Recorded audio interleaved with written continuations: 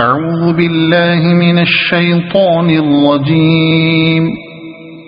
بسم الله الرحمن الرحيم.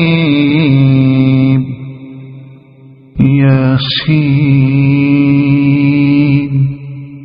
والقرآن الحكيم إنك لمن المرسلين على صراط مستقيم تنزيل العزيز الرحيم لتنذر قوما ما أنذر آباؤهم فهم غافلون. لقد حق القول على أكثرهم فهم لا يؤمنون. إنا جعلنا في أعناقهم أغلالا فهي إلى الأذقان فهم مقمحون. وجعلنا من بين أيديهم سدا ومن خلفهم سدا فأغشيناهم فهم لا يبصرون. وسواء عليهم أأنذرتهم أم لم تنذرهم لا يؤمنون. إنما تنذر من اتبع الذكر وخشي الرحمن بالغيب فبشره بمغفرة وأجر كريم.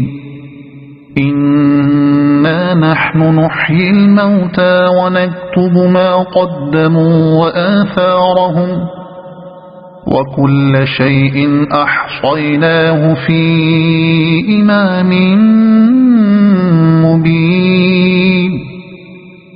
واضرب لهم مثلا أصحاب القرية إذ جاءها المرسلون إذ أرسلنا إليهم اثنين فكذبوهما فعززنا بثالث فقالوا إنا إليكم مرسلون. قالوا ما أنتم إلا بشر مثلنا وما أنزل الرحمن من شيء إن أنتم إلا تكذبون. قالوا ربنا يعلم إنا إليكم لمرسلون وما علينا إلا البلاغ المبين. قالوا إنا تطيرنا بكم لئن لم تنتهوا لنرجمنكم وليمسنكم منا عذاب أليم. قالوا طائركم معكم أئن ذكرتم بل أنتم قوم مسرفون.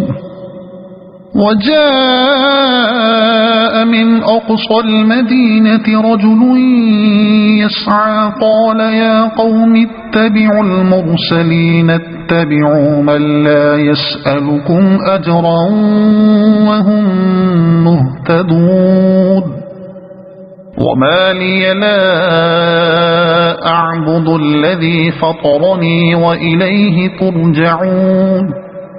أأتخذ من دونه آلهة إن يردني الرحمن بضر لا تغن عني شفاعتهم شيئا ولا ينقذون.